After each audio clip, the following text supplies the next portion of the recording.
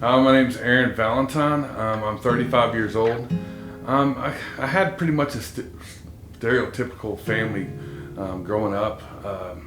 My parents got divorced when I was like 2 or 3. I don't really remember. My dad wasn't there too much.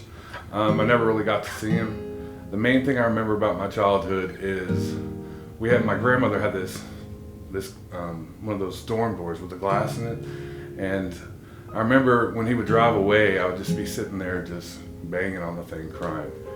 And that's mostly what I remember of childhood. But I remember my grandmother getting down on her knee and saying, "You know the dad you want right now? Just be that."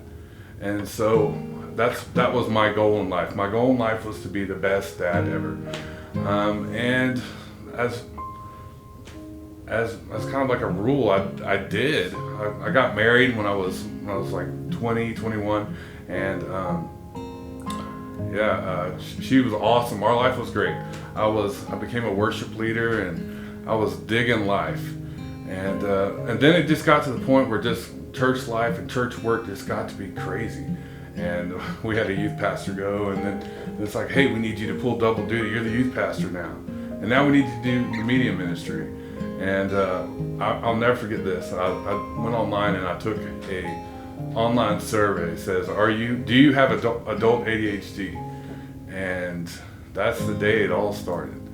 I went to a doctor, and he was like, "Yeah, you need these pills." So I just started taking them, and I was like, "Wow, I'm getting so much done. Look at all I'm doing." That's the foothold the devil got in on me, because eventually, as time came on, one that works as well. Wow, how much would 2? And so, it got to be where before I'd lead worship, I'd pray, but now it's like, "Oh, did I have my pill? Did I have my pill?" And it just started snowballing until a point where it was just, I had to have it. And so I ended up leaving ministry and moving to Minnesota, and then addiction found me there, and then we moved to Arkansas, and addiction found me again, until I found myself doing things I never would believe in my wildest dreams I'd ever do. And that's the point where I came to Teen Challenge. And I'll never forget it, the first time I heard God speak to me again. It was awesome. I was sitting there, and I was reading John, and it says, "If you love me, you'll obey me."